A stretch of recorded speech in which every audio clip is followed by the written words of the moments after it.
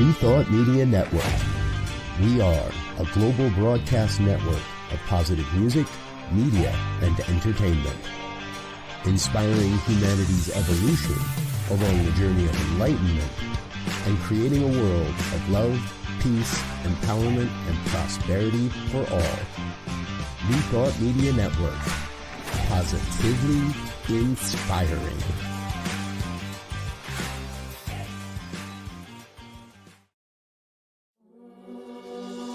Free my mind, open my heart with the whispers of truth. To live a conscious life, to live a conscious life on the growing edge. On the growing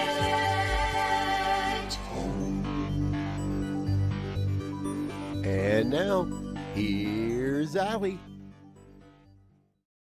Hello and welcome to Growing Edge Live. I'm Allie Benjamin, and it is my great joy to be here today. Here at the Growing Edge, we have conversations with soul-centered individuals that channel their time, their talent, their energy, their resources, their love into doing good work in the world. And all of my guests, without exception, are doing just that. They're helping individuals to connect with themselves, their lives, and to create a beautiful world for themselves. So these individuals are doing such good work in the world. And today I have a good friend of mine. Her name's Mary Hampton. And Mary is a life coach, business coach, accountability coach, a results coach, and the founder of the Hampton Agency. She is the creator, owner, leader, and she is a serial entrepreneur. I love that.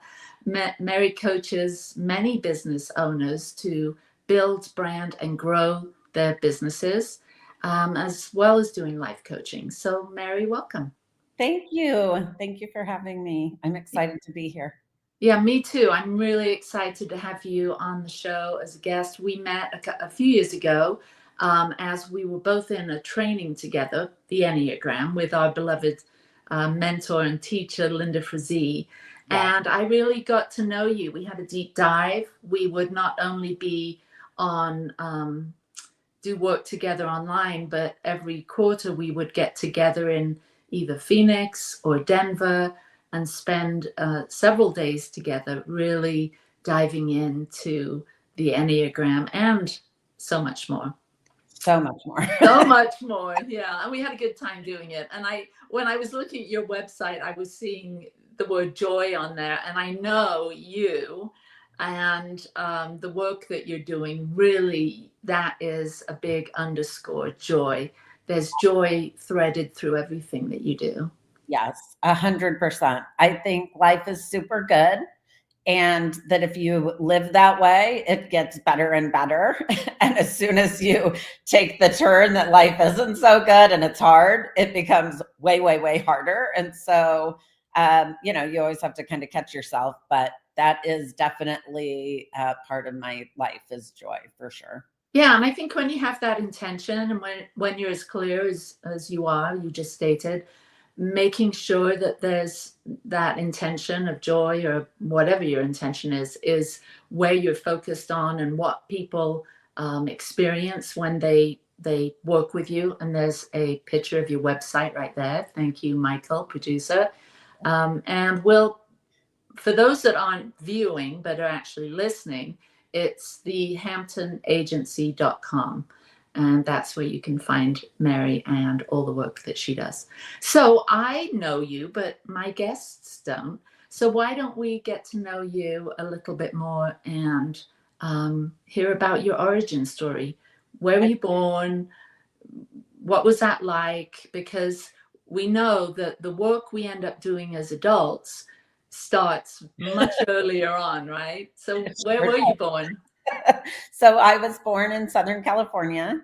I'm the baby of 6. So I came from a very large family.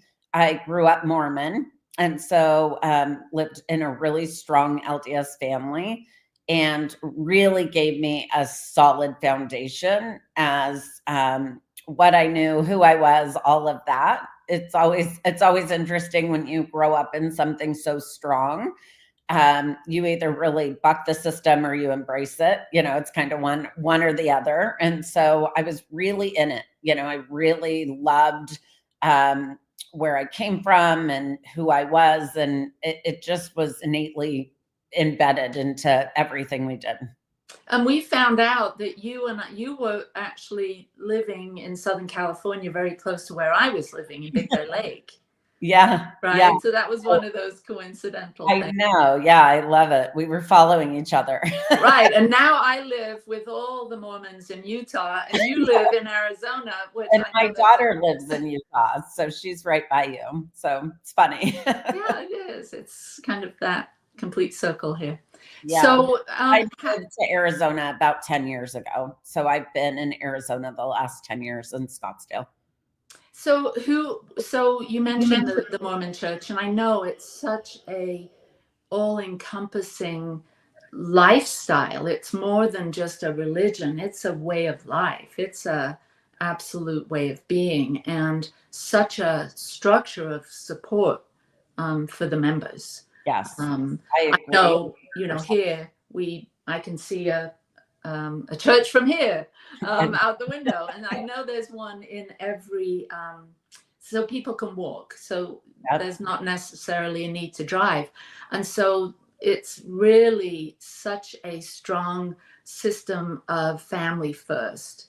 And so what were some of the things that supported you as a child, being in such a loving, nurturing, supportive faith and community? Yeah. Looking back, it's really interesting. My parents are very, very family oriented. My dad was just a love and would give the shirt off his back to anybody that needed it. My mom really encompassed service and giving. Interesting enough, more so to anybody in need than even in like the family unit. It was really just so interesting. We did for others. And one of the big things that my parents taught us, and I think all of my brothers and sisters across the board are relatively the same this way, is that we were taught to be happy for others' success. And it can make me really emotional right away in thinking about that, because so many people aren't, and you don't know how aren't they are until you're kind of removed out of that family unit. And it's one thing that we never really kept up with the Joneses and tried to be more than within our means and all of that. But if the neighbor got a new car, I can remember vividly that my parents offered congratulations and were genuinely happy for their success. And that is in me, that it's not going away. It's not something that I've ever struggled with or had jealousy or this envy of the grass is greener, the neighbor has this, why don't I have that? It's something that I just have never really struggled with. And I am so grateful that was taught so early on, because that is something that is a real struggle within humanity, and something that I see. And when I'm coaching, I see that a lot. Why don't I have that? A poor me mentality a little bit. Mm-hmm. And that's something that's really clear for me, that it just grew up different. Yeah, it's such a good habit to have. And I think that trait, being able to really celebrate other people's wins and successes and strengths and talents and all of that, is such a core component to being a successful coach. Yeah, and human, successful in life. I mean, it's way easier to be happy for somebody and to celebrate the wins. And it gives you such an abundance. I didn't realize, I think young, but it gives you such an abundance mindset, that there's enough for everyone, and that there's tons and tons and tons of money and joy and things, that even if somebody has it next to you, you can have it too. Like it's very clear that way, so that the abundance mindset shows up in that way. Yeah, the glass half full rather than half empty.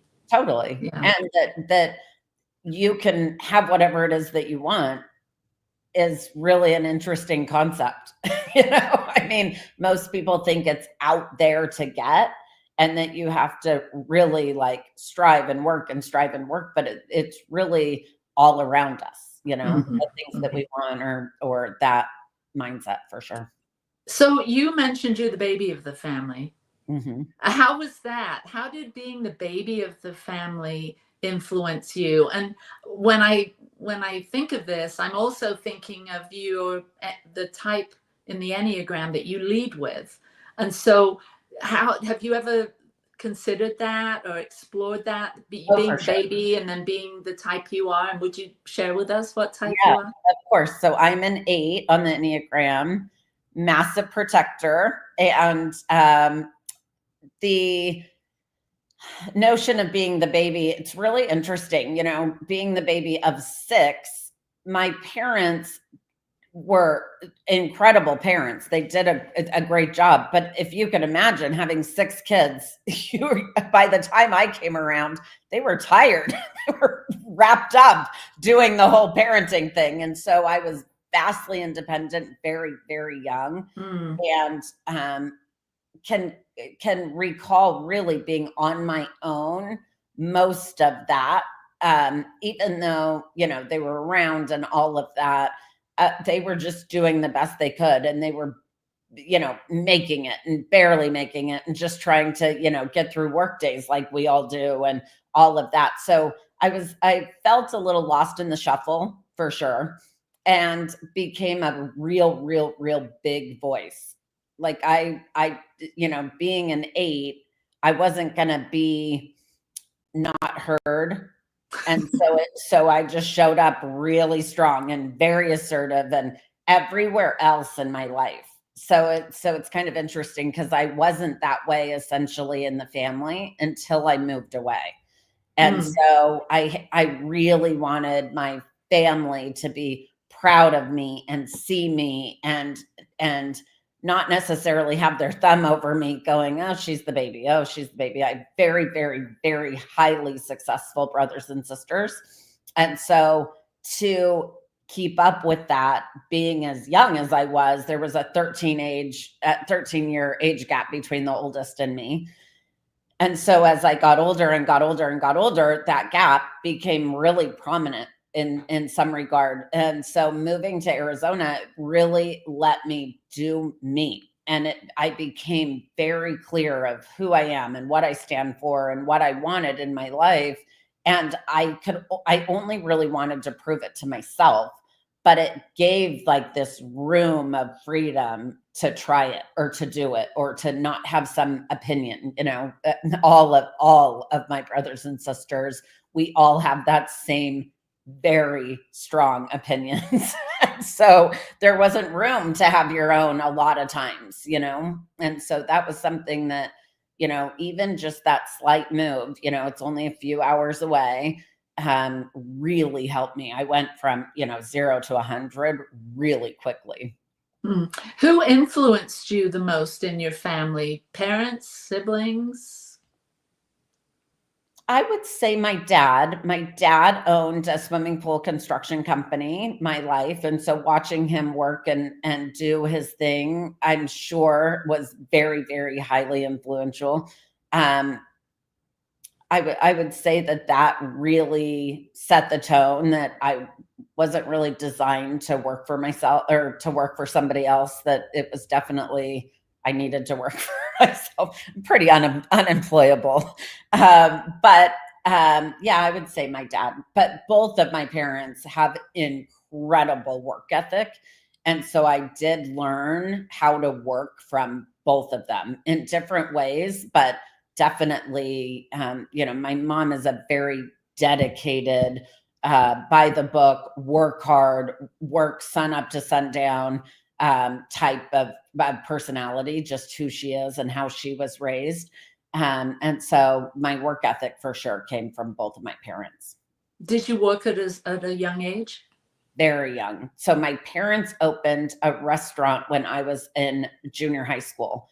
and I started running their restaurant, Oh, 7th, 8th grade. Yeah. I mean, really young, doing the hiring, doing the banking, doing all the things, every role. So I learned business really young, and it was my ticket out, which is really interesting. We lived in a really, really small town, 82% welfare, a teeny tiny high school. And I knew that if I worked, I wouldn't have to live there. Like I just hated that town. It was very clear that I didn't want to live there. And at the day I graduated, I mean, I graduated at 11 a.m. and I left at 2 p.m. Like I was ready to go. Wait, you left the school or you left your Home. parents' home? You I left left home. home. Yep. Like the day Wow. I graduated was the day I moved. And where did you go? And I went to La Quinta, to Palm Desert in California still, but just a few hours away. And I went to college there and worked and had a little business. And yeah, it really was great. It was necessary, but I was very, very equipped, thank you to my parents, but ready to go. I knew that that was not where I was going to spend my life or my time. And it was really significant that I needed to go. So you went to college for what? And what was you mentioned, and started a little business. I mean, that's not a small thing. So tell me about that. Yeah. So, I mean, I was fortunate that my dad had a swimming pool company. And so I did a niche business that wasn't even a thing back in the day, but I would pull all of their permits with the city halls to do swimming pools. And so I would go to all the different city halls that they would be doing pools in and pull all the documentation for the company. And I was their expediter for all of the permitting. And so it was a really niche business. No one did it. It was kind of unheard of, but it was a really great way for me to be in college and work at the same time. And it ended up being very, very lucrative. And I got married really young and had kids really young. And so I would take the kids with me to the cities. And, I mean, it was a really cool time period piece. I hated the work. Like the work itself was not rewarding or fulfilling. It was paperwork. Well, now, But, is this for your dad's company or for people in general? It was for my dad's company. Yeah. And I did it for 7 years, and it was a really great intro to business. I learned a lot, and I really learned though that it's the vehicle, anything that you choose is your vehicle to get you to that next level or to that step in business, So I didn't wake up at 5 years old and say, oh, I want to be a permit expediter. It wasn't fun. It wasn't rewarding.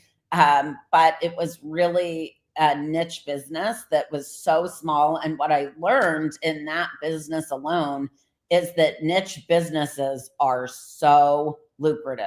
That they're not highly saturated. There's not a lot of people in them, and you can do something, for me, love is in the details. And so, you can do something you love within a small little industry and kill it. I mean, I did really well in that business. But also wasn't passion driven at all. Like I didn't know where my impact really was coming. I always knew that I wanted to be in, bigger, greater things, but mostly for impact. And there wasn't that. So you mentioned you got married and had children. How many children do you have? So I have 2. So Cambria lives in Utah, is married. She's 23. And then Hunter is 22, and he lives here in Arizona, in Scottsdale. So you lived in Southern California, and you mentioned you moved to Arizona 10 years ago. Yeah. So you lived there for quite some time. Uh-huh. And what brought you to Arizona? So this is a funny story. So I actually came with the 2 kids, and we were just on like a little vacation for the weekend. And it was the first time in my life that I had taken the kids on a vacation just with me.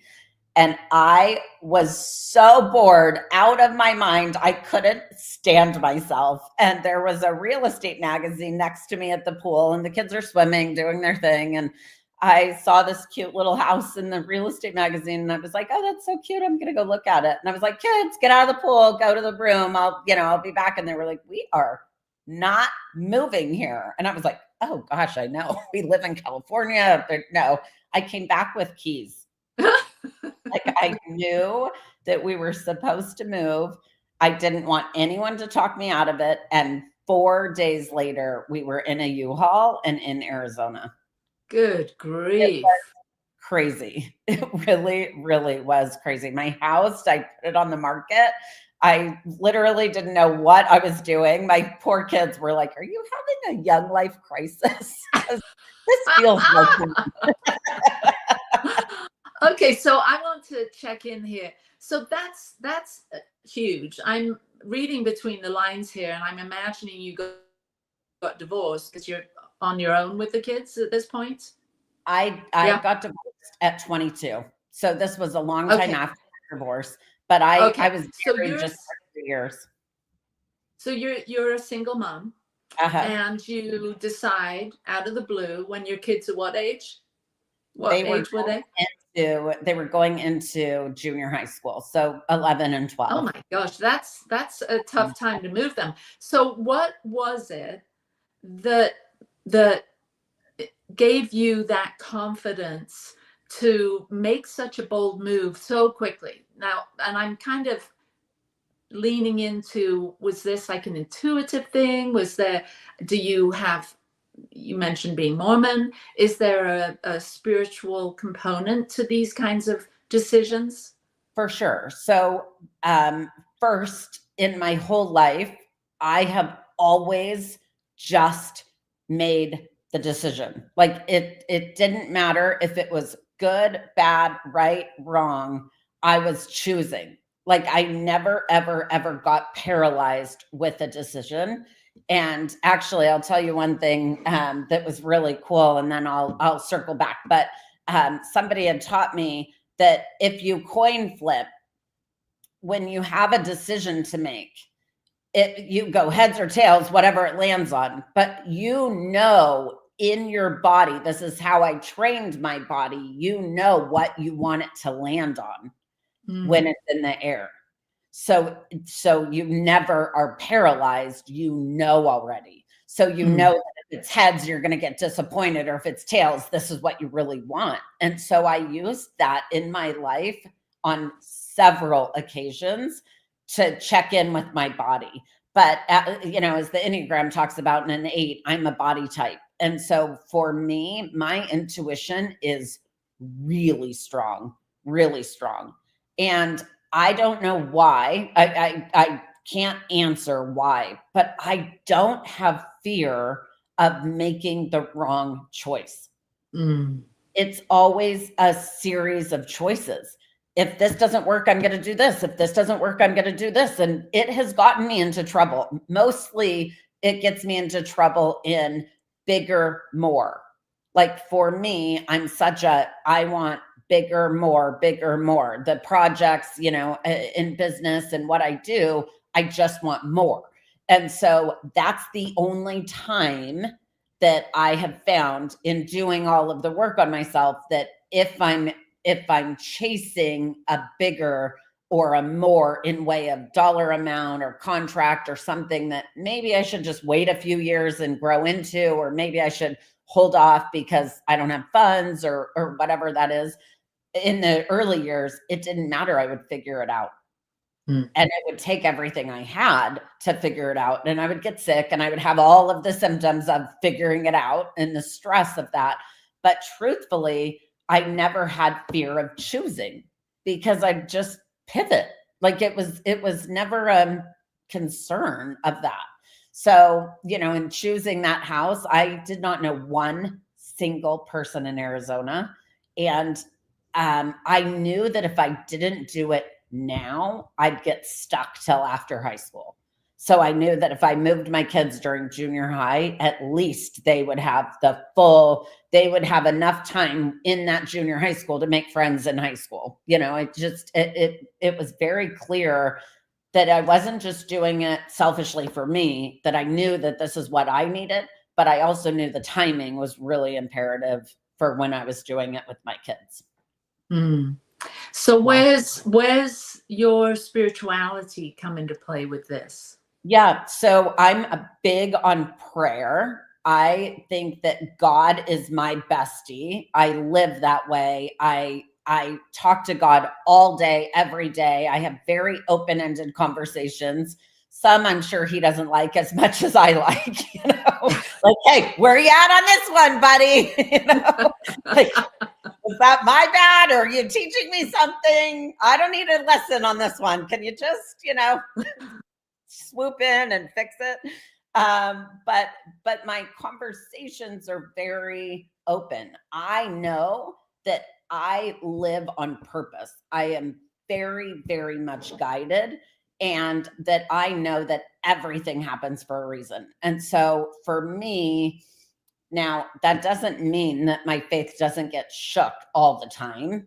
Of course, it's like, hey, where's the tracking number for my husband? And where is this coming in? And when's my money all showing up? But I know that there's a reason for everything that's happening. And so that like settles me in some ways, and I'm a big, big believer spiritually and with God, that if you turn it over to God, he's going to provide it. However, you have to move your feet. You have to sit on the couch and go, hey, I really want a husband, but I'm not going out. I'm not going to the grocery store. I'm not going to date, or I'm not going to open the front door for anybody. You have to be open to what you're doing and do your part. Your partners in this life, and you have free agency and choice. And so, you turn it over to God, but you decide. I mean, really, I do really believe that it's your conviction to what you want. And I believe that if it's in your heart, and if it's something that you're convicted about, God will provide it. I just really believe that. And I live that way. So we've learned a lot about you, and we can feel your energy. You've got really high energy. It's really contagious. We can feel what a strong will you have. And when you focus your attention on something, you're probably going to accomplish it and achieve it. And you have a lot of faith in God, the universe, and your own abilities to take those signs or those insights or that intuition and put it into action. So knowing all that, what is your purpose now, right where you are? You've had many years, few decades of life. You've got a lot more life to live. What's your purpose currently? So mine is to impact. So, it's really interesting. I used to give and give and give and give, and realize that people are in the positions that they're in and the circumstances that they're in based on the choices that they make. And so for me, it was painful to try to help people, to, give money or time or coaching or any of the things if they didn't really choose it or want it. And I would do it to everyone. They didn't have a choice. It was me wanting to help. And so what I've learned over the years is that I really want to impact others so that they, and myself, but to have such a profound impact that they choose different, that the circumstances no longer dictate how and who they are. And so we all have within us who we are, what we stand for, what our beliefs are. And if you're convicted in it and you're strong in it, then you can choose differently. And, we all have backgrounds and circumstances that have happened. And we all live with a story around what happened to us. Baby of 6, I could say, I got lost in the shuffle. I was last. They didn't want me, all the things, right? And I've gone through all of those emotions and those things. But is that going to be my story in my 40s when I'm talking about my life and who I am and what I'm about? Is that going to be the hold on me that I was last? or that I wasn't wanted as much as I thought I needed, or emotionally connected to all my brothers and sisters and my parents and my friends and all of that. Now that's illogical to me. Mm. And yet lots and lots and lots of people live in this story and this belief that it's poor me, I'm a victim to my circumstances, and that I don't have any choice. Mm. And, I don't know why this meme was so powerful to me, but there's a meme, and it's a guy who is an alcoholic father and two sons. And one son is super, super successful, and the other son is a deadbeat, low life alcoholic, like the dad.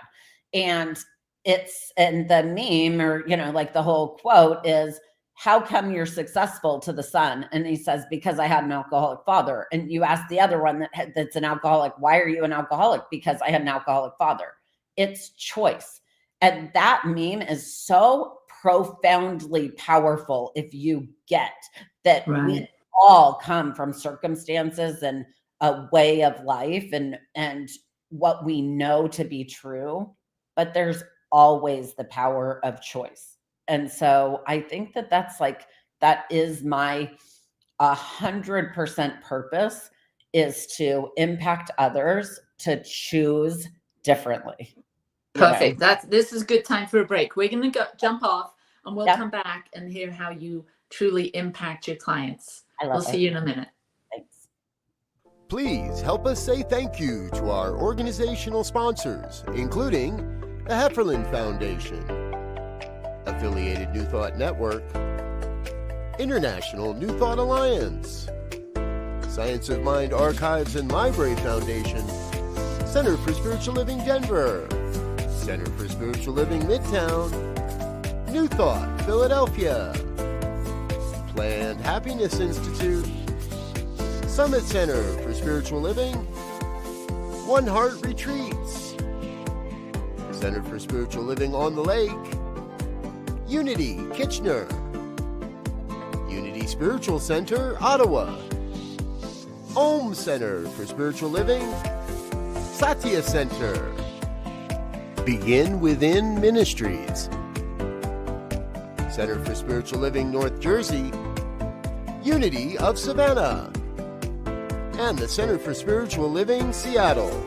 as well as all of our individual donors. Thank you for being part of the New Thought Media Network. Please like, share, and subscribe. New Thought Media Network, positively inspiring.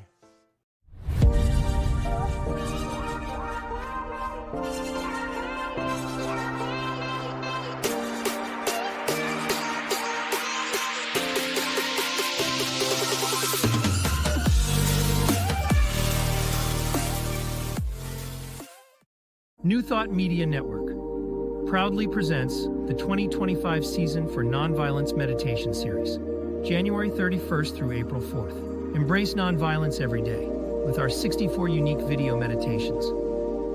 Join us at 6 a.m. Mountain Time or watch anytime on our YouTube channel. Featuring a collection of New Thought voices, the 2025 season for Nonviolence Meditation Series. Only on New Thought Media Network. January 31st through April 4th.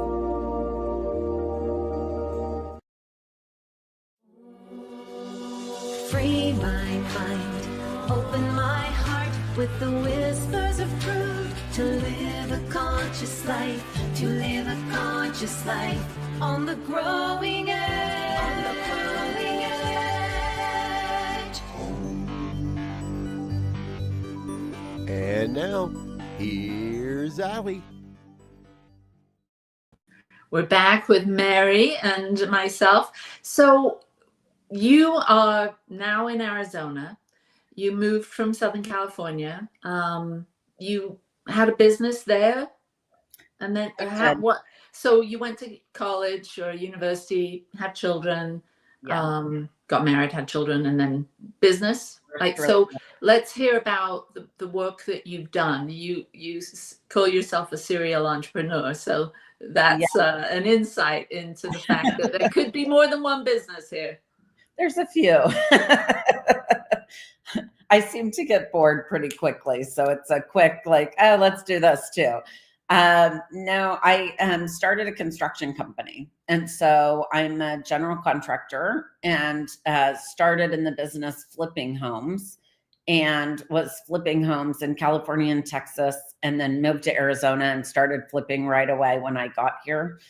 And realized really quickly that I wanted to keep all my subcontractors busy, and so became a general contractor.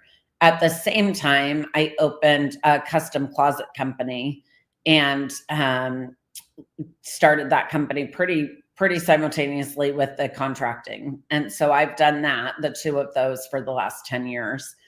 And love it. I love that business. Talk about impacting. It's really impacting people's spaces and how they live and how they feel in their homes and in different rooms is really important to me. And then got certified, and I'm doing business coaching now. So and life coaching. But yeah, so the last 10 years has been in the construction industry. Mm.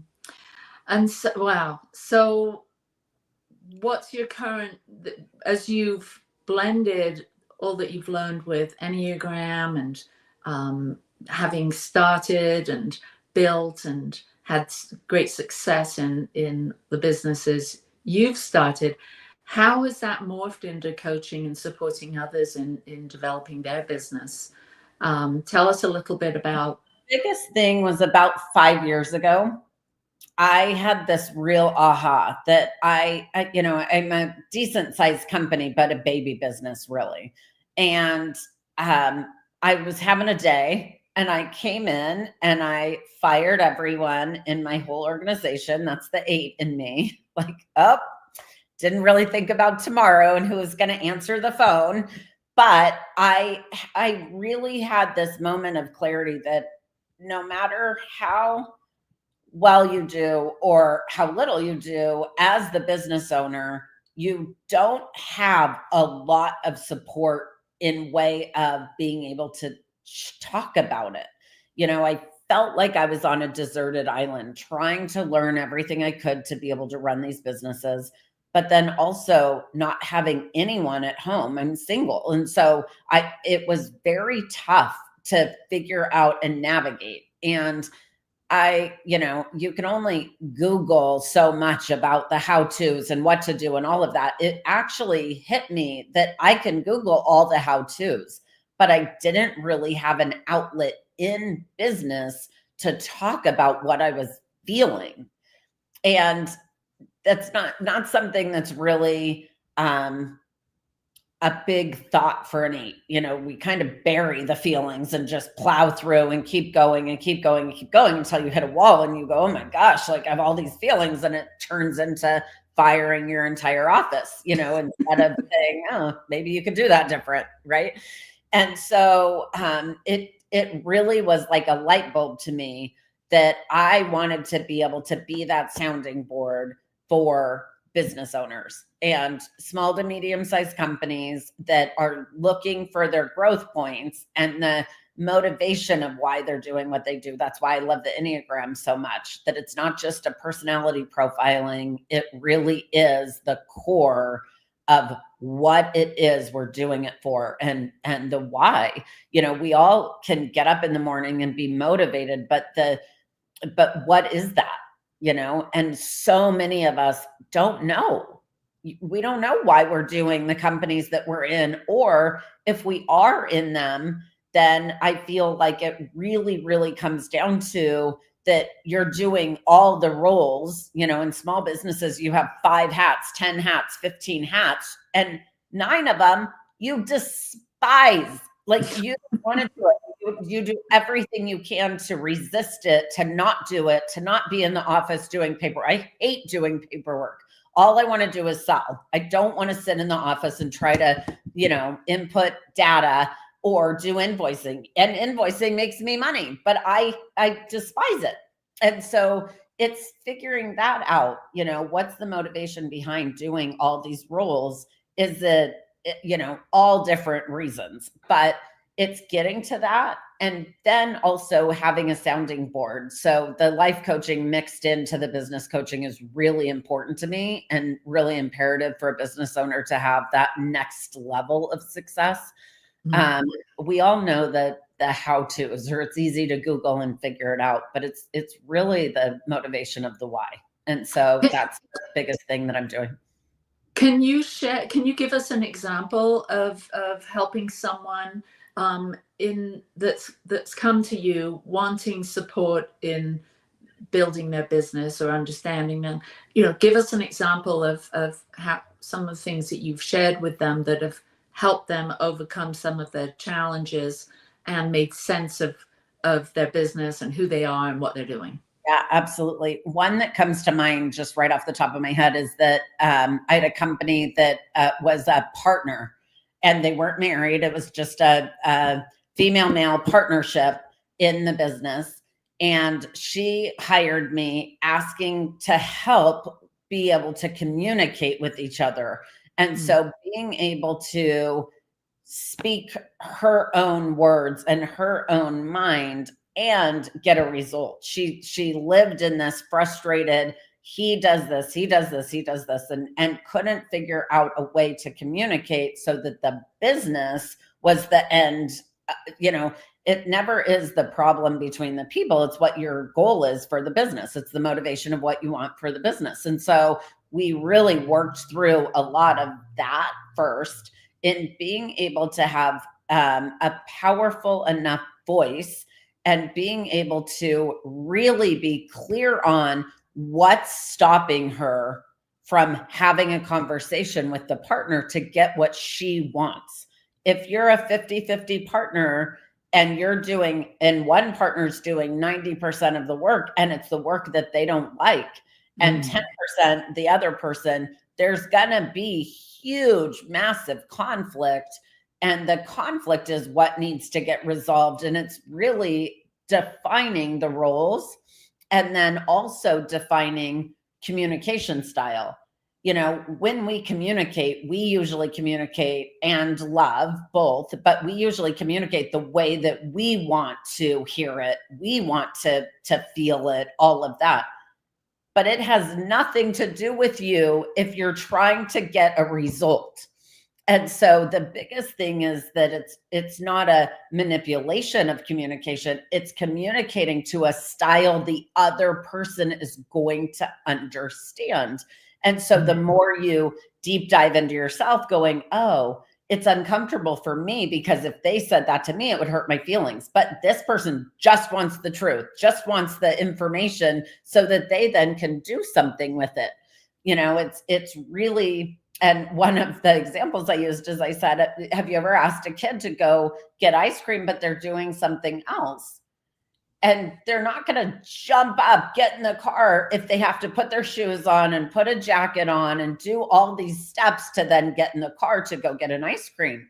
And so if you chunk that back and you go, hey, this is where we're going to go. This toy is going to be here when you get back. You can still play with this. This is still an option when you come home, but put on your shoes.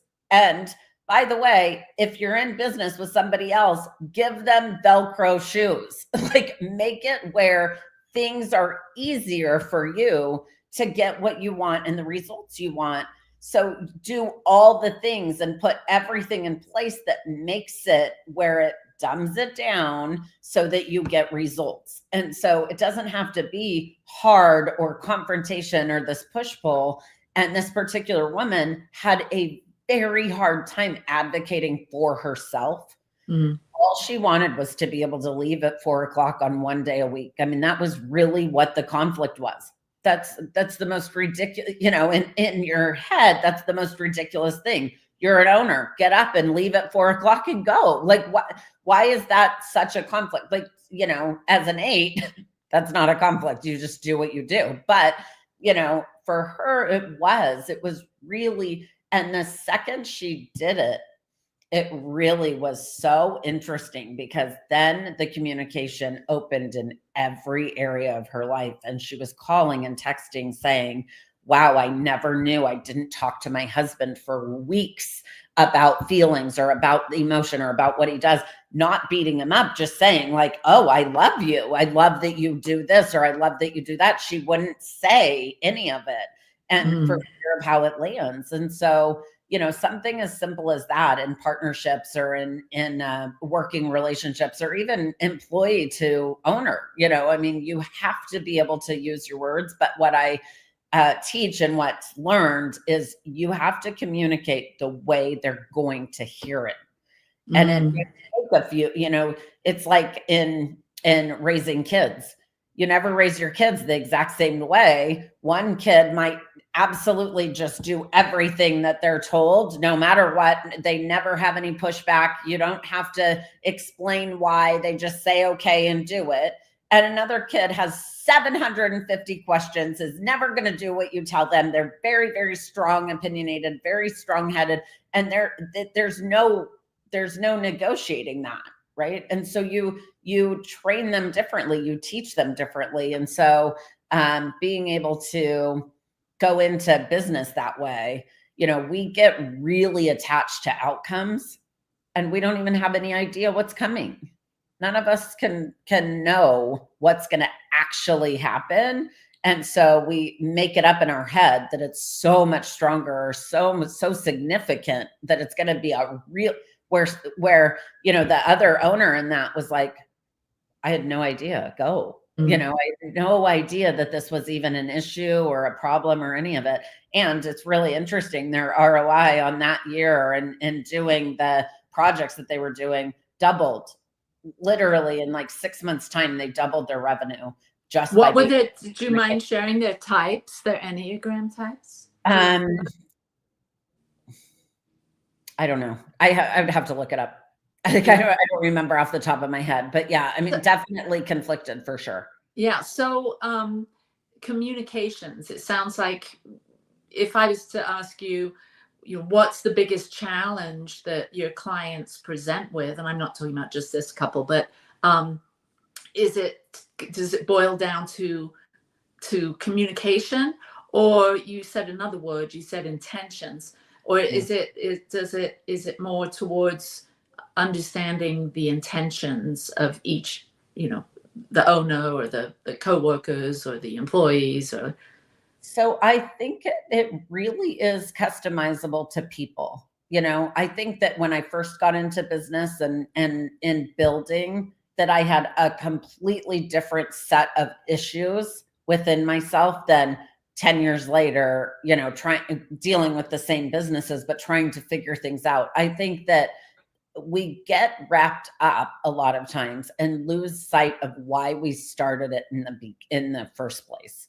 And so a lot of times, especially small businesses, you go into a business saying, let's just take a company that does pressure washing. And they start out pressure washing driveways for $100 a driveway and realize really quickly that if they were to add on pressure washing the house, that they could make $2,000 versus $100, right? I mean, I'm making up the numbers, but right. And then they start chasing the pressure washing the house, and they only get 1 or 2 of those a month, but they have 10 driveways or 100 driveways. It's really interesting. People get lost in chasing something that's not actually revenue, or chasing the money versus what their actual intention is for the business. And a lot of times you get wrapped up in the have-tos. All the owner does is solve problems all day long, but they got into the business because they love making furniture. And now they're not making furniture. They're fielding all of the problems. And so it's being really, really, really intentional in the way that you drive your motivation. I think that it's setting up times like, hey, I'm going to field the problems for 5 hours, but I'm going to make furniture for 3. And then I'm going to go home happy. Or like something that I did that I had to learn is that I had to do my office work in the morning, because I would go home so angry if I did it in the evening. Like I would be so mad that I had to sit there and input all these orders and do all the invoicing and do all this stuff for 2 hours and then go home. And I was like upset in life. Like it didn't feel good. I was selling more than I've ever sold before, but that feeling of finishing the day, having to do something I hated, extreme hate, that I didn't want to go home with that. So I flip-flopped it, and man, it changed everything. Now, I also hired somebody to do it. Like you learn real quick that you can get on TaskRabbit and have somebody do it for $20 an hour and never touch it again. And you go, oh, okay. Like you figure out the loopholes of joy. It does not bring me joy to sit on the computer in the office, no matter how many hours it is, no matter if it's 30 minutes and it's bringing in money or not. I don't feel joy. Now, that doesn't mean that you get to negate everything in your business and not do it, obviously. But if you can eliminate even this much of the stuff that's nagging you or that you have resistance to, and even flip-flopping it for a long time, it worked for me. Like it really worked, because I knew that if I finished this, I got to have a snack and go out in the field. You know, I mean, it was very much like a reward system, and that worked for a long time, you know. So time management, it sounds like getting real clear on what you want. So I'm thinking sort of hacks for business owners, especially small business owners. Time management, clear on what your goal is, or what your intention is, good communications with your coworkers or the people you're working for. Is there anything else that would be fundamental? So the biggest one, especially for salespeople, is that I think that we forget to have joy. Literally finding a song that you can rock out to and dance to and get fired up before your next appointment, or figuring out in the appointment a word that you're going to say that's going to make you laugh. So like, it's really interesting. I'll go to 4, 5, 6 appointments a day, and it's in, out, in, out, in, out, in, out. And I leave and go, there was no impact to that client. Yes, I did all the things that I did a good job in the sales process, but they don't know. I have no connection to them. I'm not going to remember their name tomorrow because I have 6 more tomorrow, you know? And so it's really being able to connect with the people that are in your life, realizing that that connection is going to lead to sales, and or that connection is going to impact your life, where there's joy in driving to an appointment, being with people, finding something that connects you while you're with them. Even if they never buy from me, I then remember that I had connection to their home or to them, or in a different way. And I think we can do that with everyone. I think we can find places in our life that we just insert, you know, and I do this a lot. I'll say, hey, to my friends, hey, give me 2 shower songs. So then I have their playlist within me, and I'll take a shower to their 2 songs. And it's like hilarious, you know, but then it connects me to somebody, you know. It's just finding little ways. I think often, when was the last time that you woke up in the morning, poured a cup of coffee, and enjoyed it? This morning. I love it. But I think a lot of people get up, get in the shower, hurry up, go in a drive-through to Starbucks and get a cup of coffee and rush to whatever they're going to do, you know, and the coffee they love. You know, so it's like just finding tiny little things that you can insert here to enjoy your life really makes huge impact. Cool. Well, yeah. You've given a lot of insights for individuals to be able to bring into their daily lives, whether they're a business owner or not, to bring more joy and elevate that that I hope so. energy. Yeah.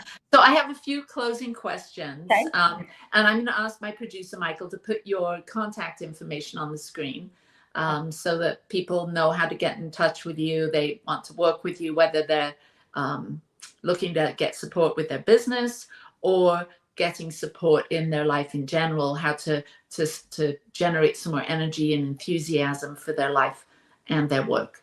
Perfect. So here's the questions. So I want you to finish this thought or this statement. Okay. I am. Oh, I am powerful. Yes, you are. You're an 8, you're powerful, and you're a serial entrepreneur. So I would say that is true. So how about this one? My vision is? My vision is for people to be impacted when they come in contact with me. Relationships are? Everything. Everything. Relationships are everything in my life, with my kids, to my family, to my good friends, to anybody I come in contact with business. I think relationships are the reason we are on the planet. I agree with you. My philosophy is? Be better, do better. Be better, do better. All right. So if you could sit with a sage, a master, someone, a guru, or maybe someone in the business world that you really look up to, what question would you ask them? What would you like to know? Wow, that's an interesting one. I daydream about doing that, and in thinking about what I would ask, I think that it would just be how they connect to their life with everything that they do, bringing it back into themselves and really knowing the innards of how they think and how they live. I think every once in a while I can get wrapped up in being so outward and wanting so much to impact others that I don't bring it back into me, what it's doing to impact me and how it fills my heart and my body, and that there's pure joy and love for my life and what I'm doing. Beautiful. And my last question, the song, What the World Needs Now is Love, Sweet Love. What else does the world need right now? As you look out at the world, as you're on social media, as you're selling things and being out there in the world, what do you think humanity needs right now? People knowing what they stand for and the character that comes from deep understanding of who you are. So, yeah. Beautiful, Mary. Thank you so much. This has been such a great conversation. Yeah, I'll be back with you in a minute. And everyone that's here watching, or maybe you're watching later on and listening or viewing this, I'm so glad that you joined us today. I hope the things that Mary shared and the things we discussed supports you on your growing edge, on what you're developing, on who you're becoming. And I look forward to our continued conversations here at the Growing Edge. And next week, I have friend and teacher Erica Teal as my guest. So peace and blessings to you wherever you are. And I'll see you next week here at the Growing Edge. Bye-bye.